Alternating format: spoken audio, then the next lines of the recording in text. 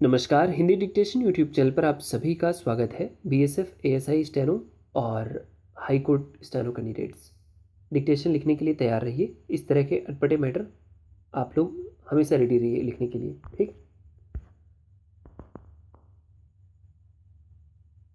बरसात की एक सुबह स्टेशन अपनी तरह ही मिला।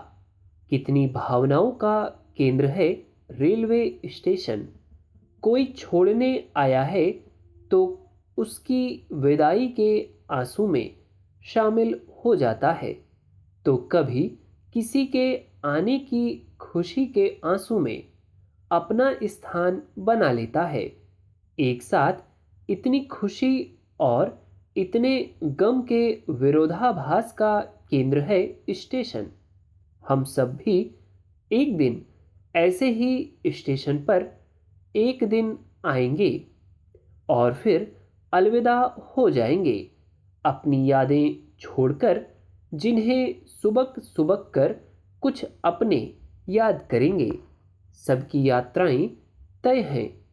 यह हम पर निर्भर करता है कि हम कैसे यात्रा करते हैं। हमारे पास कभी सीट या बर्थ का आरक्षण होता है, कभी नहीं, और कभी हम प्रतीक्षा सूची में होते हैं तो कभी कन्फर्म में। जीवन का भी यही सिद्धांत है। कभी जूझना पड़ता है तो कभी आराम से चलता है।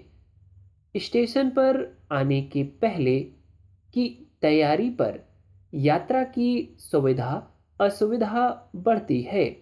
जीवन में भी तैयारी हो तो यात्रा ही नहीं, अंतिम यात्रा भी सुखद होती है।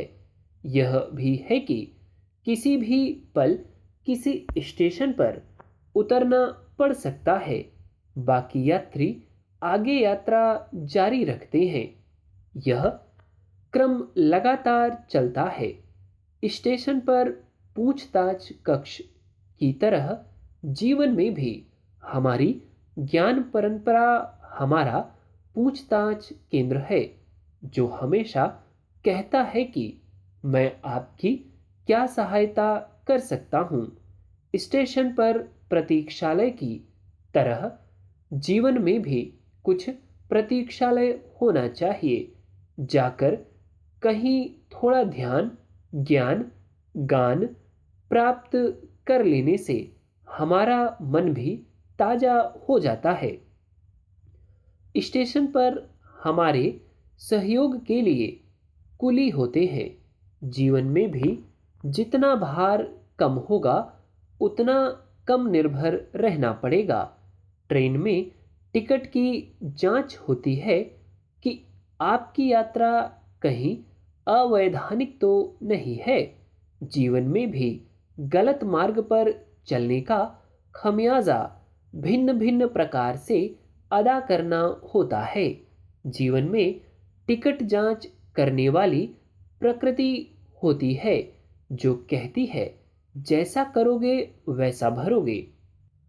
यात्रा में सहयात्री मिलते हैं और पता नहीं कहाँ कहाँ के संपर्क सामने आ जाते हैं। उनसे हम घुलते मिलते हैं, खाना संस्कार बांटते हैं और फिर मिलने का वादा कर अपने अपने स्टेशनों पर उतर जाते हैं। जीवन में भी हमारी यात्रा परिवार के साथ प्रारंभ होती है और फिर वही सिलसिला कि कितने भी अजीज हों, सबको अपने स्टेशन पर उतर जाना होता है। हम नम आंखों से उन्हें विदा करते हैं। ट्रेन की तरह परिवार का भी इंजन होता है, जो सभी को चलाता है, जोड़कर रखता है। जहां इंजन खराब हो जाता है तो पूरी ट्रेन अस्त व्यस्त हो जाती है। एक भी डिब्बा अगर पटरी से उतरता है तो पूरी ट्रेन इंजन सहित बाधित हो जाती है। परिवार का ताना बाना भी इंजन डिब्बों की तरह ही है। स्टेशन पर कई तरह के लोगों का जीवन चलता है। हॉकर, टैक्सी चालक, भिक्षुक, रेलवे कर्मचारी आदि। ऐसे ही हमारा जीवन होता है, जिसके सहारे कई जीवन चल रहे होते हैं। दूध वाला, सब्जी वाला, किराने वाला, हमारे ऊपर निर्भर परिजन आदि। कहीं स्टेशन पर भाप से चलने वाले पुराने इंजन को सम्मान से रखा गया है।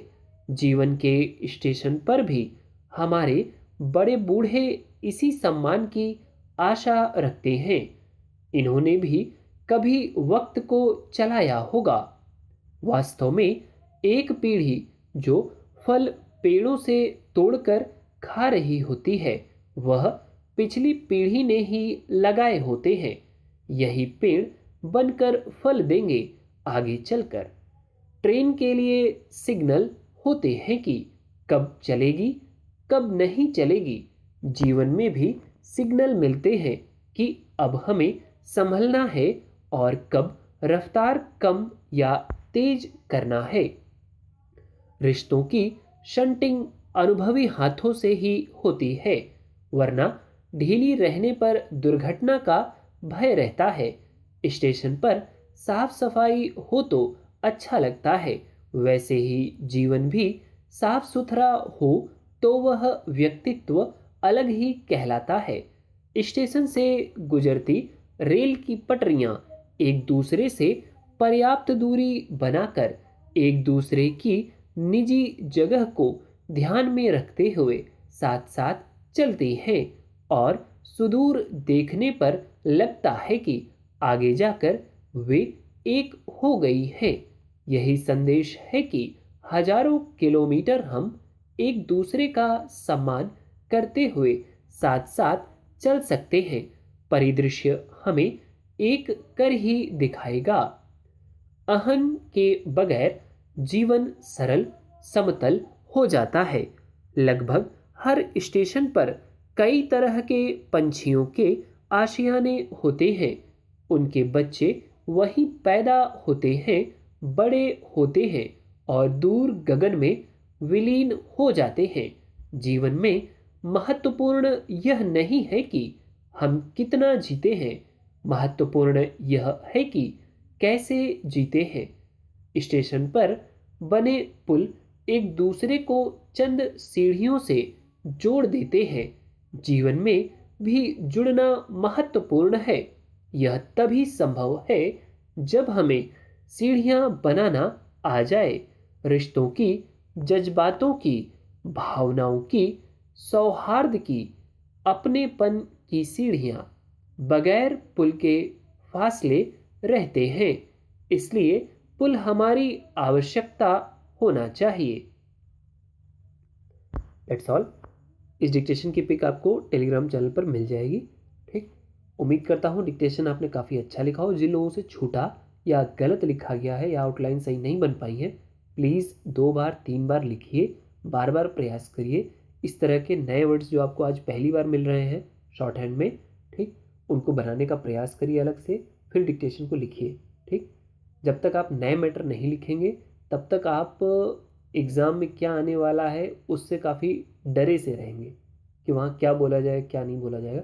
अगर आप डेली न्यूज़पेपर के आर्टिकल्स लिखते हैं और आध्यात्मिक मैटर लिखते हैं, ठीक, और कुछ स्टैंडर्ड बुक्स हैं उनको अगर आप फॉलो करते हैं रेगुलर, तो आप काफ़ी हद तक आश्वस्त हो सकते हैं कि जैसा भी मैटर होगा मैं बेहतर कर लूँगा। ठीक, और यही कॉन्फिडेंस आपको एग्ज़ाम में होना चाहिए। That's all. तो टेलीग्राम चैनल आप लोग ज्वाइन कर लें और प्लेलिस्ट यूट्यूब पे ऑलरेडी बनी हुई है आप लोगों के लिए। जो लीगल डिक्टेशन लिखना चाहते हैं उस पर ऑलरेडी 20-22-25 के आसपास कुछ डिक्टेशन होंगी, उसको आप लोग फॉलो करिए। और जो एएसआई की तैयारी में है बीएसएफ वाले कैंडिडेट्स, वो प्लीज़ आराधना आध्यात्मिक मैटर के नाम से एक प्लेलिस्ट बनी हुई है, उसको ज़रूर फॉलो करें। ठीक, मैं कई वीडियो में इस बात को बताता आ रहा हूँ। ठीक, इसलिए क्योंकि हो सकता है आपने वो वीडियोस ना लिखे हो या लास्ट तक आप ना सुनते हो। ठीक, तो उसको ज़रूर लिख लें। और इस तरह के जो यूनिक मैटर होते हैं जो डेली पैटर्न से हट के होते हैं उनको अवश्य लिख लें। That's all. जिन लोगों ने चैनल सब्सक्राइब ना किया हो चैनल सब्सक्राइब कर लें और वीडियो आपको अच्छा लगा हो तो प्लीज़ लाइक करें, फ्रेंड्स के साथ शेयर अवश्य कर दें। Thank you.